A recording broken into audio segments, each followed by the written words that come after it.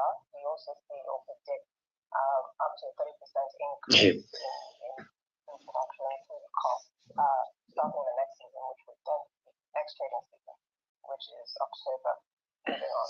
So it is a bleak prediction. So you aren't excited about the month-to-month drop that was not necessarily. But is that leading up to something? Because I've spoken to a couple of other analysts who tell me that, look, yes, headline inflation is high, core inflation is still in the pressure, but when we perhaps need to begin to look at the drop in month-to-month inflation, maybe that's telling us something that maybe we are seeing that pressure easing. Just to wrap that up. So it might be.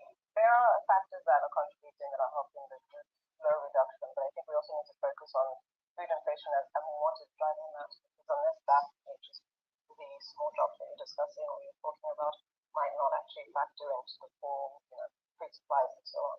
Right. So let's talk about the food inflation. Let's talk about commodity prices. I understand what's that. They can say We'll go to the market. I know when I go to the market, 1 week, sometimes a couple of days intervals, it appears that prices continue to rise, and I know that for a number of reasons. We know that there's insecurity in some food producing parts of the country. I know that cost of transportation has increased, etc. But where does that leave basic commodities that you're tracking? I know that tubers, yam tubers, cereals, oils, just across the board increase. So we're seeing that, as you said, there are various factors, but what the macroeconomic factors are steadily increasing the cost of food. When we look at maize, paddy rice, soybeans, and the likes, there's drastic increases approximately around. it was a market. We don't see that currency reducing logistics, currency valuation, market valuation. However, sorry about it here, the government has said it will import maize and paddy rice, the big names. What are your expectations in terms of, we don't know how soon that's going to happen, if it's happening, they haven't said, but what are your expectations? Well, in England, and it's what the Have an impact in terms of it being a stopgap or direct instantly, but the durability of that is the question. We need to be able to ensure that we are fundamentally creating or planting or harvesting our own and being able to fend for ourselves, feed ourselves, as opposed to relying on imports. Because at some point, that's where we are now. Exporting our food is more attractive than keeping it in-house. But that's also interesting because we have heard stories about farmers in many food producing, as the states and the federation smuggling food to neighboring countries. But when we talk about export, there's also this story, the conversation around, for many exporters, it's more profitable to export than import. Because I'm trying to wrap my head around that. You explain why that is happening, and perhaps what we can do to more incentives, keep more of that food in here. Well, this meet local demand first, and then import. So I think simply our food has become too expensive for us on one end. On another end, food, whether it's around our neighbors or neighbors across or around Nigeria, are able to buy at the rate at which it is much higher than what a farmer or producer would get in Nigeria. So it is attractive to as opposed to feeding ourselves to export that food. But then, as you said, that then leaves a gap as to how are we going to ensure that we are secure. Now, for Apex, tell us what you're doing, what you're tracking now. I know, obviously, you track commodities, but tell us what is on your radar, what are you working on? So we're currently trying to ensure that we are able to provide our farmers with the necessary inputs for this wet season, so fertilizer seeds and the like, ensuring that they have a good season so that we don't fall into the same predicament that we did this year, preparing for dry season, which will be at the end of the year, and trying to see how we can